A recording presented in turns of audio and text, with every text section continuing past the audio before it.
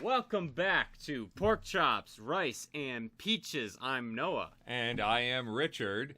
And we are saying welcome back to Noah. For a second time. A little inside baseball here. In the midst of all of our filming, we had to take a year-long break because Noah went to Kuwait with the U.S. Army. And he just came back here about a month or two ago, and welcome back. Thank you. You're looking good. I appreciate it. And it's good to be back in filming again. It's good to be back in front of the camera, seated at the table. And we decided, since his arrival coincided with the Book of Boba Fett airing, that we would start our new episodes talking about it. Yeah. So what did you think? What did you think? What did I think?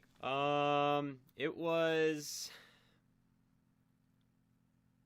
I'll just say this. Everyone's wrong about Book of Boba Fett. Everyone's wrong. You're wrong about it. The person next to you is wrong about it.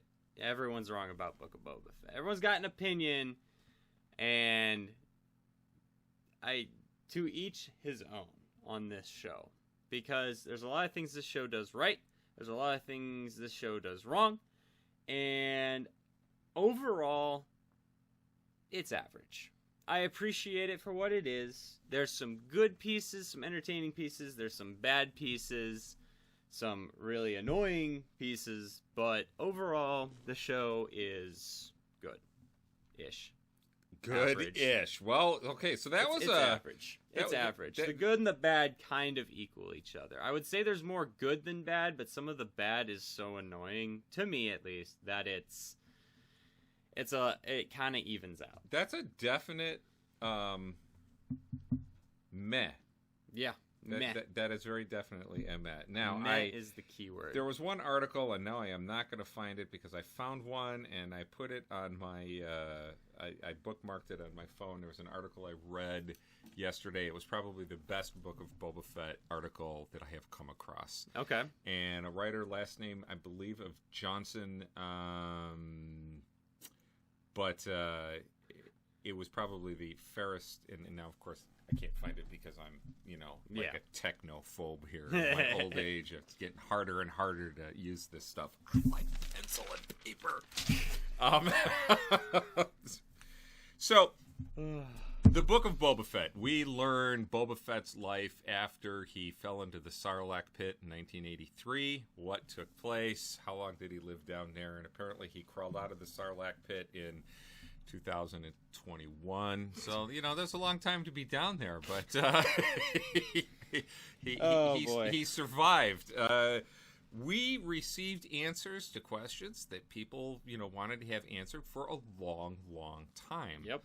But I think all of the people who are complaining about the Boba Fett we met in this series are wrong. I would agree. And I think they're wrong solely because in Episode 5 and Episode 6 of the Star Wars movies, Boba Fett has all of two minutes of screen time, right?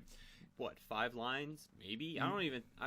Yeah, he's Boba Fett, the feared bounty hunter. Yeah. So we received actually more information about Boba Fett, not only watching Jango lose his head in episode 2 and hit Boba Fett's reaction to it, which is perfectly, but all your scrap, all my scrap pieces of paper, the 3-story arc in season 2 of Clone Wars, yes, which I still maintain some of the best writing in the entire Star Wars universe. Oh yeah, was Clone Wars is one of the best pieces. Death Trap, R2 Come Home, and Lethal Trackdown. Which follows... You actually looked up the episode names. I rewatched all 3 episodes because you really do get to learn a lot about Boba Fett. Yes. And so one of the things that you see when you see this young Boba Fett is he is not instinctively a natural-born killer. No. When it comes time to pull the trigger, he can't do it. He hesitates. Right. Yeah. Now, does he grow up and become a killer? Yes. Yes, he does. Yes. Does he necessarily like it? Here we meet a Boba Fett who's probably my age now, who has an entirely different outlook on life, and he is saying, I'll kill if I have to, but there's better ways of doing it. And for some reason, the fan base hates that. The fan base hates character development, apparently. Apparently. And so does Cad Bane. Who So Cad Bane, who was just an absolute delightful villain in all of Clone Wars. Oh yeah, and Bad Batch, because he was in Bad Batch hunting down Boba's, spoilers, sister. Oh yes, Omega. I forgot about that because actually. apparently Boba is Alpha and Omega's Omega. Gotcha. Yeah, so he has a sister. I almost complained that they killed off Cad Bane too early, which is so many shows make the mistake of killing off a great character too early. This is true. But Cad Bane is actually really old. Yeah. The only complaint is 70s. It would have been great to see him more in the live action. That's it just true. would have been fun because he's a fun character. Oh yeah, he's a fantastic character, and I think this version of him, while lacking in some screen time and definitely could have used more development as to why he would, I mean, he's a bounty hunter. He's going to work for the Pikes because they're paying him. Exactly. And specifically, more development into, I think, another conflict with Boba where he initially takes down Boba. The classic hero versus villain. The villain beats him down the first time, and the hero comes back stronger, wiser, more powerful than ever before. Would have worked a little bit in the favor. Like, maybe Boba is caught off guard initially, and then he comes back later in the finale and defeats Cad Bane. Yep. Okay. It would have worked a little bit better, I feel like, but he was a delight to see, and it wasn't a bad cartoon to live action transition. I know some people get picky about how things look, but this one I wasn't offended by. I thought this one was fun. Absolutely it was fantastic. just fun. It was fun. If we keep this in the light that it's supposed to be in, fun, they did a good job with it. I think we should have probably mentioned spoilers. So, hey, Mom, you want to jump back to the beginning of this and just fill in the spoilers ahead for us? Thank you. We have an absolutely fantastic editor. It's Noah's mom. She's wonderful, and she's done great work so far. Yeah. We also have to give a shout-out to Jonah, your younger brother, who saved our butt today because we've been having all kinds of sound issues. So many technical issues, and we have a brand new setup over here off camera where he helped us figure out how to get this all synced up correctly, and it's working fantastically so far from the looks of it. So you far. You even have your little timer that you were asking for. I can't see it. No, I can't see it. No, it doesn't matter. The bifocals aren't that good. So, the Book of Boba Fett, I think one of the things that threw a lot of people off about this is the pacing of the first 4 episodes. The Book of Boba Fett, I think, breaks some expected rules, especially in a 6-episode series. 7. 7. Well, 6 or 7 episodes. In a short episode. It's certainly not the standard 13-episode run of a show, or what in the olden days used to be 26 episodes. I mean, Yes. you used to have a whole lot more. Yes. So you're condensing a lot into a little bit of time. Mm-hmm. And by episode 3, I found myself asking the question, where are they going with this? Because Right. the pacing is slow. Mm-hmm. Story is interesting. I really like the story. Oh, yeah. And the relationship that develops not only between Boba Fett and Fennec Shand as he's going back to try and, get, how much balls does it take to climb back into the Sarlacc Pit, to try and find your armor? I mean, really. Talk about Boba Fett's toughness and his resolve. That is just brutal. Oh, but yeah. Watching that relationship develop is fun, but watching the relationship that Boba Fett has with the Sand People, the Tuskens. Yes. Because here yeah. you have a guy who loses his dad at a young age. Mm-hmm. I started questioning yesterday why the Kaminoans didn't take him in. He grew up and was raised on Kaminoa. They knew him. Kamino. Yeah, sorry. Kaminoa.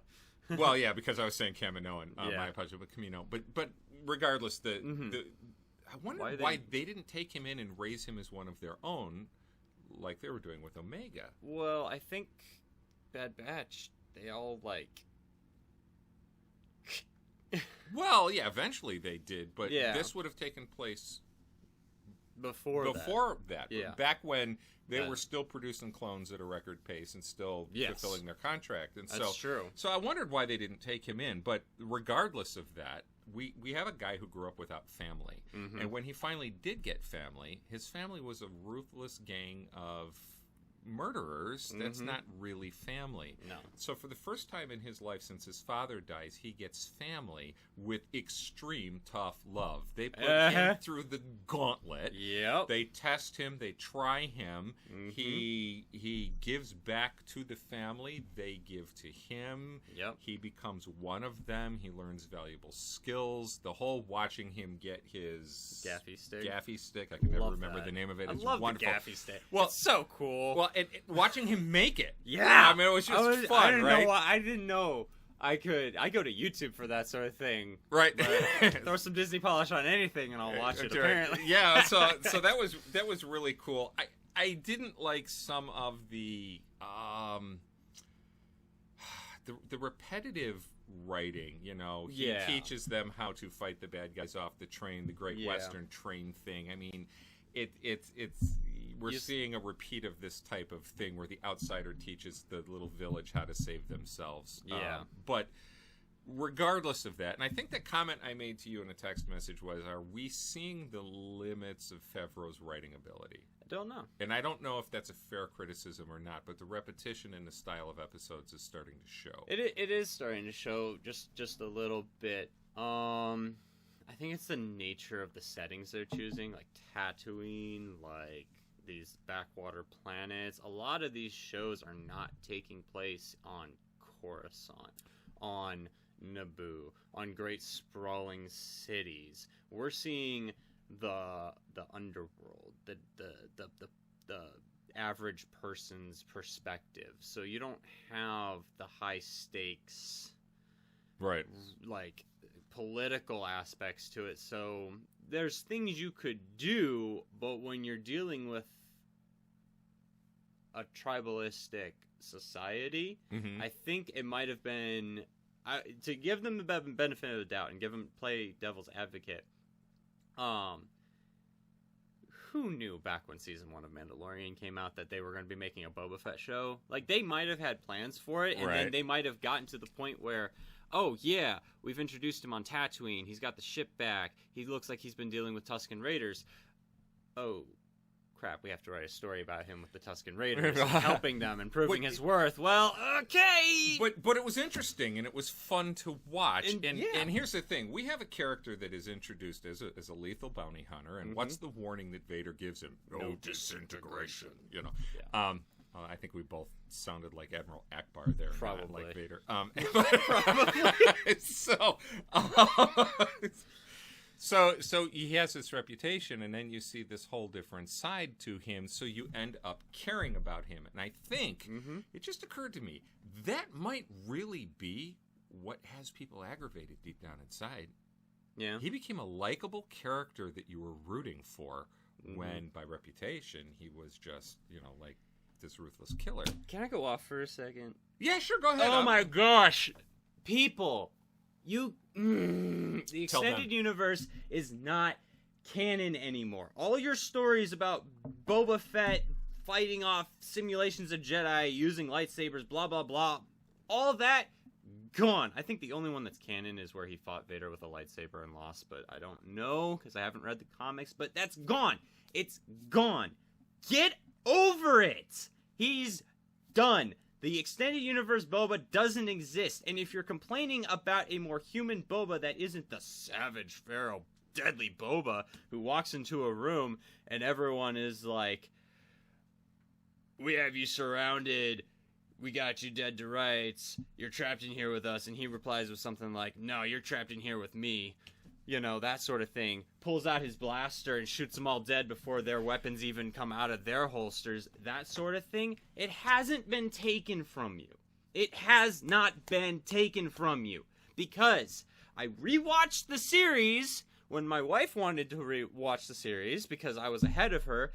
Look, episode 1, he straight up shoots just disintegrates a guy with a missile. All right.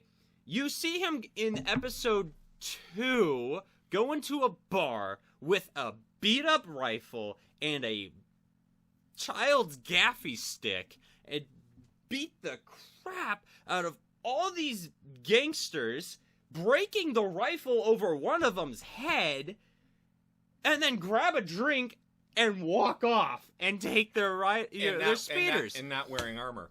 Yeah, when he does it. and not wearing armor when he does it. Okay, your Boba Fett has not been taken from you.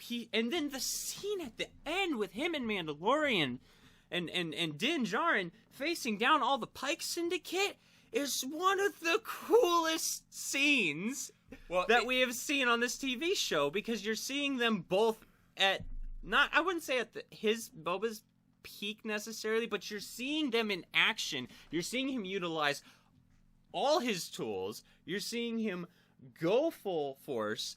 You still have a character there that is still deadly, still can be savage, okay? It is not harming your character to peel back the curtain and show that he's human on the inside. If you just want a Boba Fett that goes around and murks everyone, You've got Cad Bane. You've got Cad Bane. You Just want an NPC to do. Just go play with your Boba Fett action figure, because that's essentially what you want. That's what they want. Go play with a Boba Fett action figure. You can make him kill as many stormtroopers as you want. That's not even mentioning his scene in Mando Season 2 where he takes on all the stormtroopers without armor and then comes back in armor. He's not. You're completely ignoring all the Clone Wars development. Rabbit hole. Go for it. When he comes back with the armor, is that not one of the coolest moments in Mandalorian so Season cool. 2? It's like, here we get to see Boba Fett in his element for the first time. Yeah. Because we never got to see him fight like that before Never on saw it. screen. Never so saw it. That was really cool to see. The rant over a little bit. Well, so it felt good. Well, I'm glad you got that out of your system. If you want a character that is just a savage fighter and never develops, you have Cad Bane. Yes. Right? And you can't sustain that. No. Besides the fact that this might be best described as honor among thieves, but he showed in The Mandalorian a loyalty. Mm-hmm. And he's helping Mandalorian through the end of season 2. He has a code. He has honor. Exactly. We may not agree with the code. Maybe we do. I don't know. But it's going. So and here's the other thing. Real quick. Yes. Okay. To go along with that. All right. I don't get why people complain about him getting character development, because we've already seen a character with very little screen time, with a reputation of being one of the most badass people in the galaxy, all right? Nigh unkillable, super savage, and then that one got a ton of character development. We peeled back the curtain on that one, and everyone loved it. Everyone loved it. You know who I'm talking about. Darth freaking Maul. Oh, Darth Maul? Maul! I'm talking about Maul! Another character Oh. with so little screen time is such a Complex. deadly. It Yeah. turns into such a complex character Yes. that the fans loved. They lapped that up. Oh, yeah. So I don't get it. Yeah. I don't get Maul was a tremendous amount of fun. He was so good. Although, I have to admit, the first time I heard Maul survived, and I heard that Maul, came back with spider legs, I rolled my eyes with disgust. I was like, oh, Yeah. you've got to be kidding me. But once I saw what Clone Wars did with him, Yeah. I really enjoyed it. yeah. I really did Oh, enjoy it. yeah. So, there are things about the Book of Boba Fett. We got through the first 4 episodes, and we have all of these pacing issues, and you realize that this series is just going to be different. Yes. And so it's not formulaic in that it's not following the pattern of everything else. And I think Filoni and Favreau are changing the way we look at a series. I don't think we look at the Book of Boba Fett and Mandalorian as 2 separate series. No. I think we look at them as chapters of one book. Yeah. And I think that when we do that, you get the zippering effect of the 2 stories, because you had, Boba Fett having such a great appearance in Mandalorian, and then you have Mandalorian making an appearance in the Book of Boba Fett. Mm-hmm. Now, this is where the series lost me. Yeah. Okay. And this is where we differ with majority, because those 2 episodes, the fan base, from what I saw, because when those episodes came out, 5 and 6 came out, right. The videos online looked like they were heaping praise on these 2 episodes. Yeah. And I hated them. I hated it, and I hated it for a few reasons. Now it came. Now in retrospective, a lot of people went back and said this took away from the story of Boba Fett. We really could have used more time to develop Boba Fett. But they loved these episodes. Yeah, I did. I hated. I didn't. I hated them. hate. So let me tell you what I did like about them. I really liked the character development of Peli Motto. Okay, so Amy Sedaris. And I hope I'm pronouncing that properly. I didn't like her character in Mandalorian, and I thought she was a bit of a clown, and certainly comic relief. The actress was all in; she's committed to the part. I really like the fact that kudos. But I didn't like the character. Here in the Book of Boba Fett, we see that she's competent. Yes. She's more than competent. Capable. She is, like, when given the proper tools and the proper funding, you've got someone who is an ally you want to have. Oh, yeah. You want this person in your corner. Yeah, and so she's not a clown, and so I loved that character development. And I do have to say that I absolutely loved, and I thought I wrote it down here somewhere, her talking about dating Jawas. Oh. Furry. Quite furry. I just killing myself when I heard that.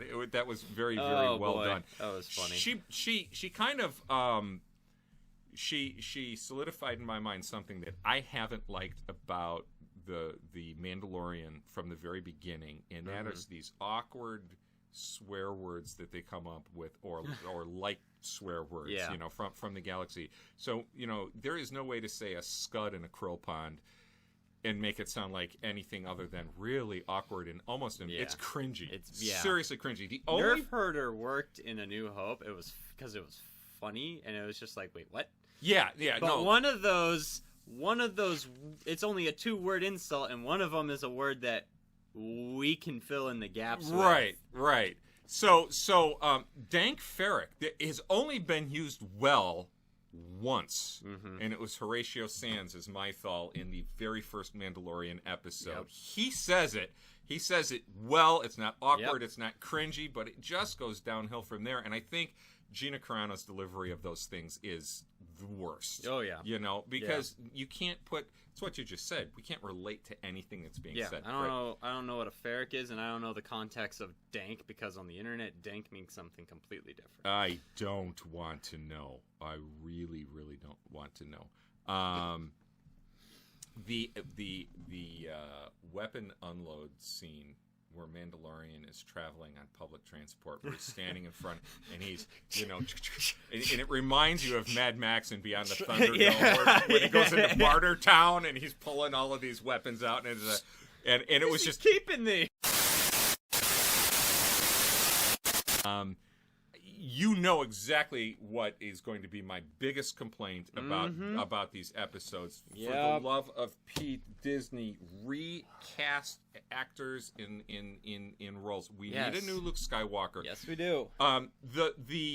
The interplay between Ahsoka and Luke was horrible. Yep. And you give Rosario Dawson, who's a talented actor, who has done very well in Mandalorian with Ahsoka Tano, and you put her in a situation where she's not interacting with a human being. Yep. Right?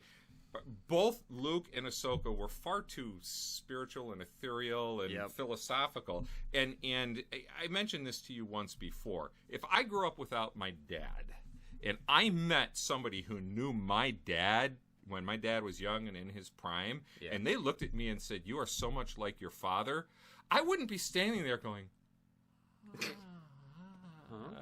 I would be like, "Really? What? How? No, Tell me explain. more. I want to know." This CG, acting, there's no facial expressions, there's no reactions, there's no... I would be like someone crawling out of the desert looking for water, thirst for information. Tell me about my dad. Tell me how I'm like him. And what a source! His last Padawan. Yeah, they worked together for so long. The only one besides Obi-Wan that you've had contact with, that knows anything, knows who he was. Yes. Before he turned to Darth Vader. The good and the bad, right? The only two people who know him as Vader and as Anakin. Yeah. And how about, really? Let's stop training and go have lunch. I want to hear more. Yeah. But this insistence on bringing back something that looks like a young Mark Hamill. Yeah. Let it go. Especially when the actual actor who was the stand-in already looks so much like a young Mark Hamill. Just let him act. Yeah, he's got a bit of a pointier chin. He's got a bit of a more, defined jawline. It's a little bit weird. Like, the lower half of his face looks like... It doesn't matter, Just though. Everyone will know. Them. When you have a guy in a black gi and a black hand and has that haircut, everyone's going to know who it is, whether it's CG or not. You walk in, you say, "Hi, I'm Luke." That's it. You've established a character. You move on. You just go with it. Literally. So that stuff just aggravates. Yep. And it detracts from the story, and it detracts and it rips you out of. It just breaks the fourth wall. You start looking more at how well are they pulling this CG off, rather than how well are they telling the story. Exactly. Right? That's literally what I'm thinking the entire time. What I don't understand on this is this fan service, or do they honestly think that this is the best way of doing it? I think they are. I think it's twofold. I think, one, it is fan service, because that entire episode was nothing but fan service. Okay. All right? It's a little bit of fan service, and it's a little bit of retcon.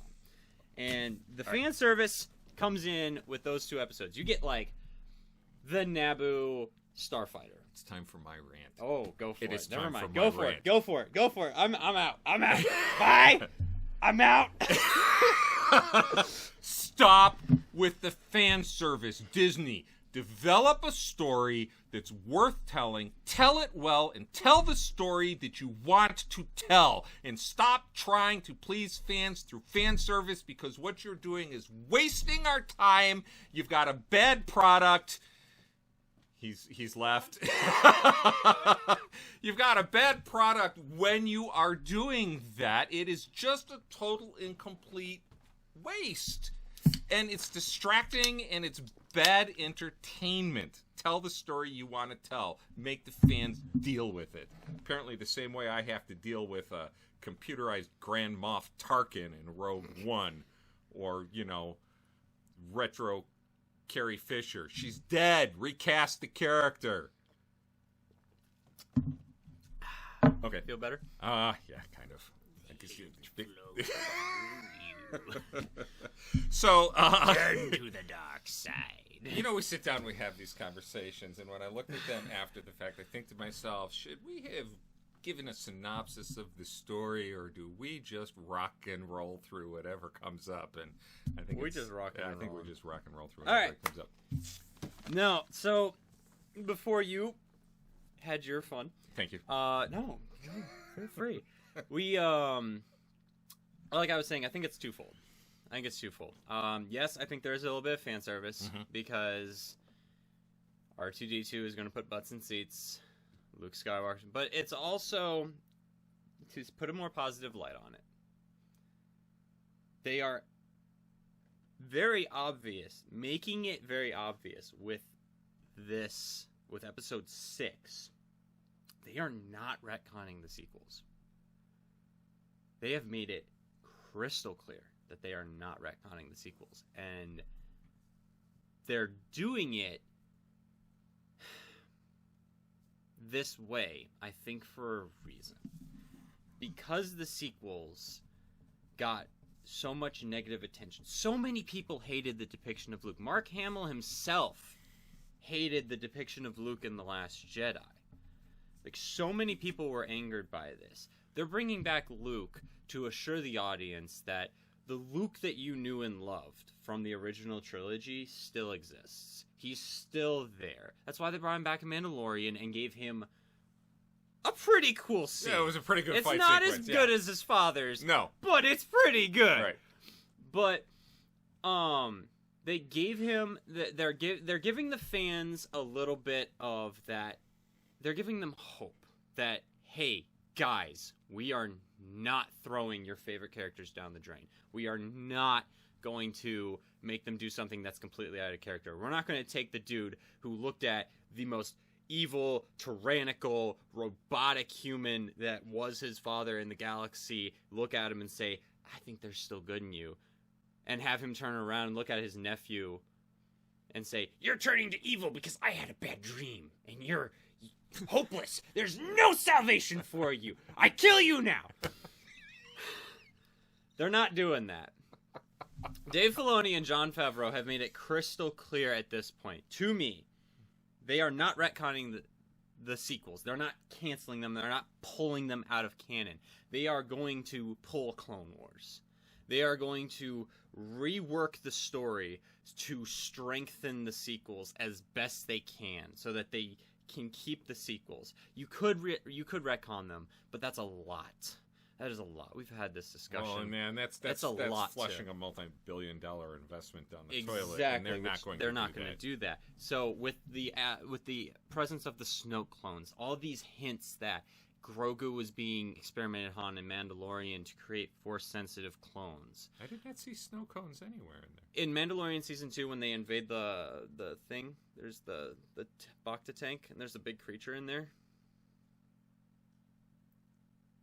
Snow cones? Did you say snow cones? Yes, I did.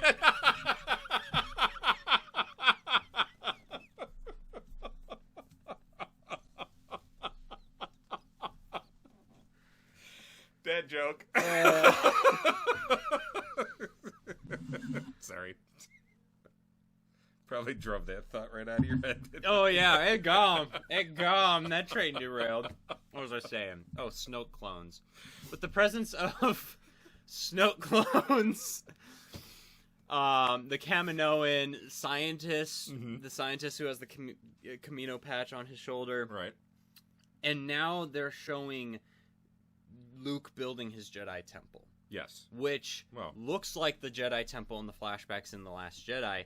They've made it clear to me that there is no true... They're not wiping the sequels out. They're going to work to make the sequels better. They're going to make the original sequel trilogy that people wanted, where you see them fighting off the remnants of the Empire, and then the sequel.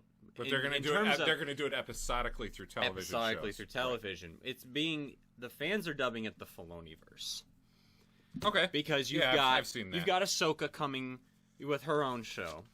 Right. You've got The Mandalorian. You got Boba Fett. You were supposed to get Rangers of the New Republic. Ahsoka's show, I don't want to see Ahsoka in this world. I want to see Ahsoka in the Rebels world. I want to see Ahsoka going off looking for what's his face. The rumors have it that that's going to be what it's about, and that would be but great. Then it would tie into what happens to Thrawn.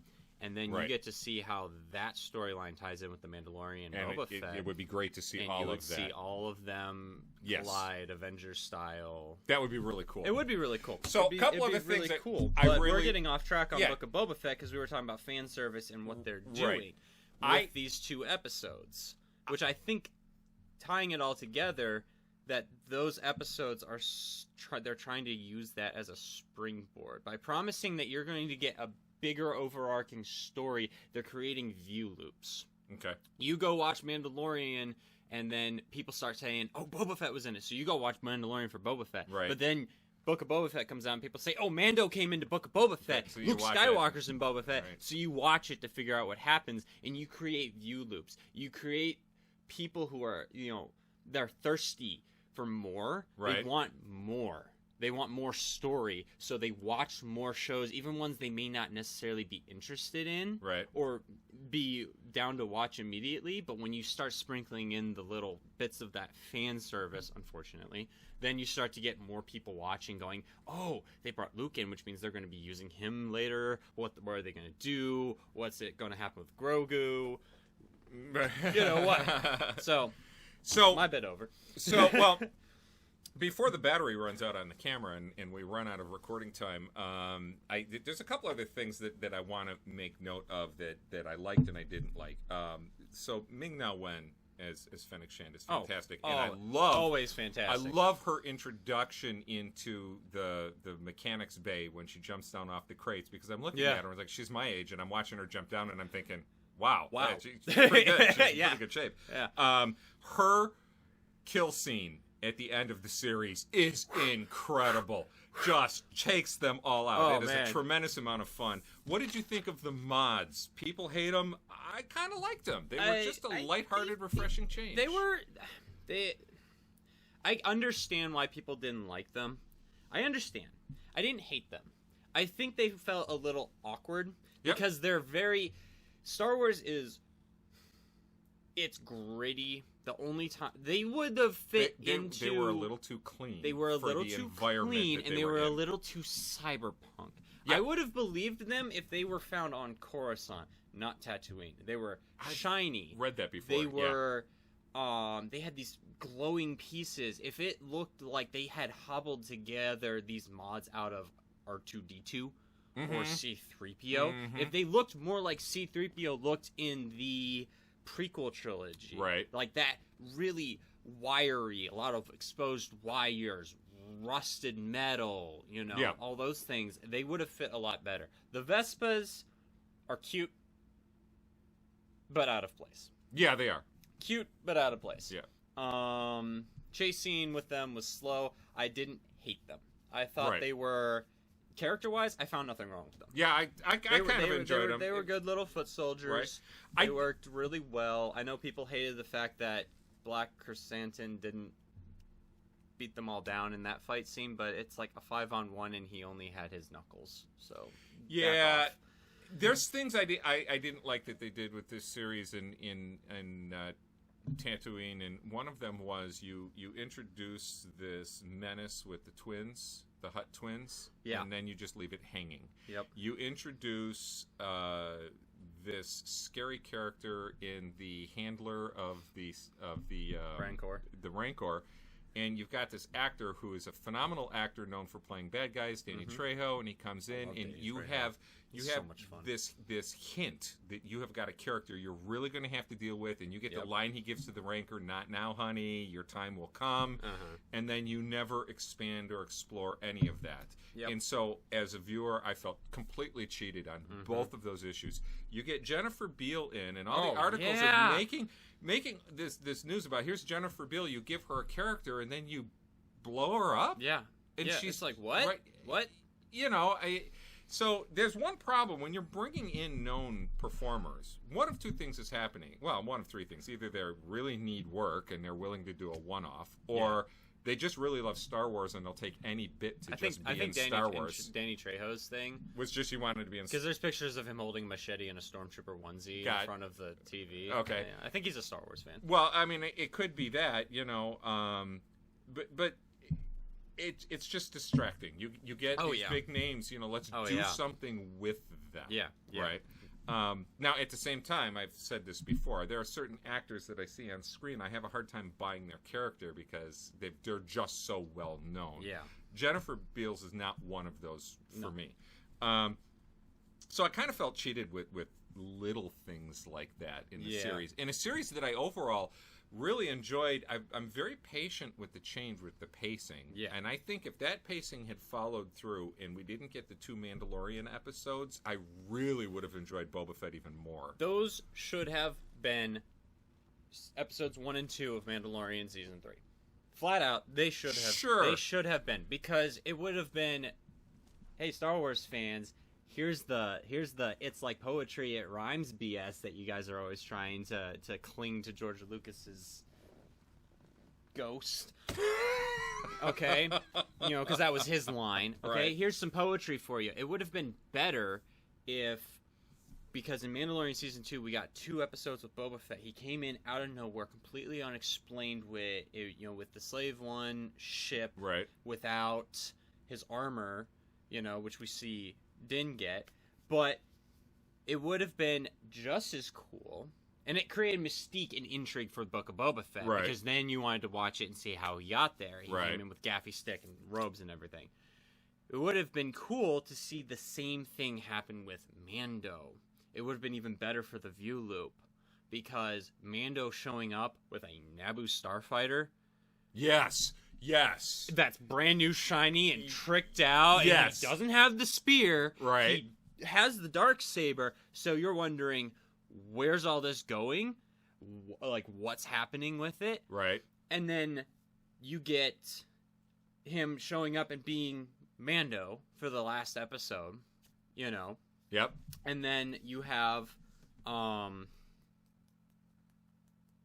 you feed that into season 3. Yes. Because now you want to go watch season 3 right. and figure out how he got the starfighter, how he lost the spear, where what happened to Grogu, what's going on. So, end of Mandalorian, I'm looking at Grogu disappearing, with Luke, and I'm thinking to myself, okay, what are we going to see for season 3? You've taken this major character away. You've got a whole different direction to go. Well, now we have, I think, we're back to square one. Well, I think them being reunited happened a little too soon. Yes. Number one. Completely agree. But then we also get his next mission, which is atonement, which I think is really cool. That's cool. Because we saw him make the ultimate sacrifice, his identity as a Mandalorian, to save Grogu, right, in Season 2. And it was wonderful to see the Armorer back. Yeah. That's Emily Swallow is the character. Just absolutely fantastic. I can't wait for her and Bo-Katan to fight. It's coming. Is a comment. It's coming. Right. It's coming. And those two are so idealistically opposed. It's gonna be a slaughter. In the great acting and the great stunt acting, the Tusken Warrior. Oh man. My goodness, was she good? I don't remember her name. I saw her on Instagram. She did such a good job. Had it written down and I lost it, and I don't know where. It was good to see Timothy Oliphant back. I love as Van. Yeah, I love Van. So it was. This is either a positioning series, or it was a filler series. I can't decide which one it was. I hope that these two storylines keep going in this zippering effect, so that we see and we don't just abandon them. There's too much good there. There's too much potential. Right. There's too much potential. Right. Because you've got all these characters that you have established. So who knows when Mando's going to need a Wookiee? Yeah, exactly. Yeah, exactly. Oh, and on just a completely unrelated note. Yeah. Okay. All of you people who are complaining about Boba Fett being fat, you make it to 60 without a few extra pounds, you bozos. Good Lord. He's not even. He's not. There's a shirtless scene. The dude still looks like he's in pretty good shape. Yeah, he's Like, you yeah, know, he's 50 something. he's close. He's pushing 60. Yeah, he's pushing my 60. age, if not a little bit older. I just took 50 pounds off. It took me a year. It's hard work to do that. But he's still moving, and there's nothing about Although, that's like You'd have thought he lost a little weight in the Sarlacc pit. You know, maybe to dissolve a few pounds of flesh off. That just they did up to me. here. So, anyway, Oh. Book of Boba Fett. Ultimately, I liked it. It was a good episode. Yeah, a good series. Ultimately, not bad. And I am looking forward to Bad Batch. I am looking forward to Kenobi. I'm really looking forward to Kenobi. Oh, Kenobi. And you know, it's disgusting. We're going to have to talk about Kenobi, too. Because, with some of that. Because, All right. So welcome back. Thank you. It is good to have you back on set. It's good to have us working together again. Good to have an actual functioning setup. So, what are your thoughts on the Book of Boba Fett? Leave your comments below, as Did you always. like the first 4 episodes, or did you prefer the episodes 5 and 6? It's okay to have a wrong opinion. I'm joking. Kind of. But let us know what you thought in the comments below, and let us know if there's any other Star Wars shows you want us to review. Because before we move on to the long list of things that we want to talk about. Yeah, we have plenty more in the works where this one came from. So let us know what else if you got any topics of discussion, drop those down below as well. Thank you for tuning into Pork Chops, Rice, and Peaches. And we'll see you next time.